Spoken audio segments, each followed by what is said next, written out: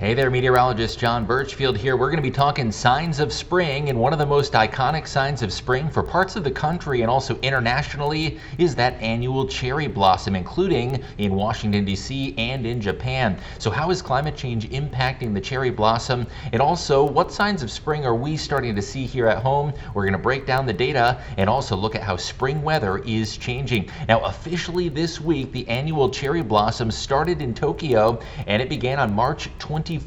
That was a full 5 days sooner than last year when it started on March 29th. Now, this year's arrival was on par with the climatological average. Overall, the cherry blossom is getting substantially sooner on average. However, this year's occurred about when you would normally expect it. So that peak cherry blossom, when does it typically occur? There are factors such as the latitude that play a role in when the cherry blossom arrives and the typical weather that is experienced in March and April. For some cities like Kyoto, it typically arrives from April 5th through April 13th. In Tokyo, the peak cherry blossom typically right around the turn of the month and through April 7th. However, further north in Sapporo doesn't likely happen until the end of April and the start of May. So the peak bloom forecast this year, the Tokyo bloom is now underway, and that peak is expected to really start to unveil its beautiful colors as we head towards the weekend. In Fukuoka, about March 31st is when the peak is expected to arrive. Kyoto in early April. And looking towards Sapporo, due to that northern latitude, the peak doesn't arrive until the late parts of April, and in Kushiro, not until May, where the weather tends to be a bit cooler.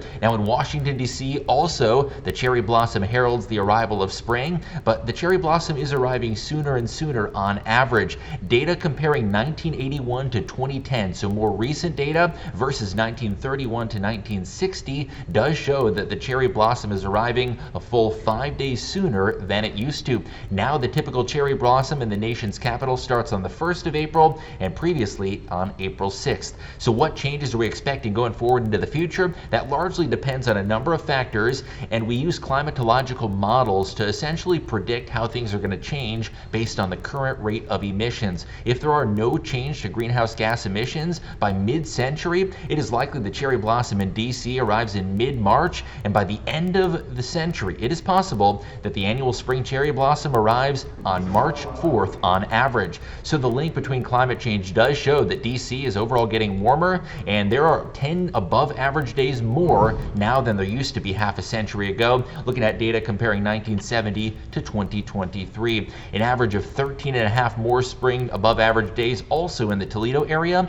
so that's a trend not only impacting Washington, D.C., but also the Toledo metro. Spring warming is notable in Toledo, and we are actually above the national average for how the spring season is changing. Compared to 1970, we have warmed up by 3.5 degrees on average, and the national average is a little over 2 degrees. So just about every city is experiencing some degree of warming. However, Toledo's warming trend has been even more notable than the national average. Compared to about 50 so years ago, in 1970, our normal spring temperature was 47, and that's an aggregate of the daytime high and the overnight low, and now it is up to 50.5. And the vast majority of the United States is experiencing spring warming, but not necessarily every state and every city. In fact, there's parts of the upper Midwest that are now cooler than they were in 1970. A few of those states include North and South Dakota, as well as up towards Montana. It's a very small corridor of areas, though, and the vast majority of the lower 48 United States are now warmer than they were half a century ago. In fact, data shows that as much as 96% of American cities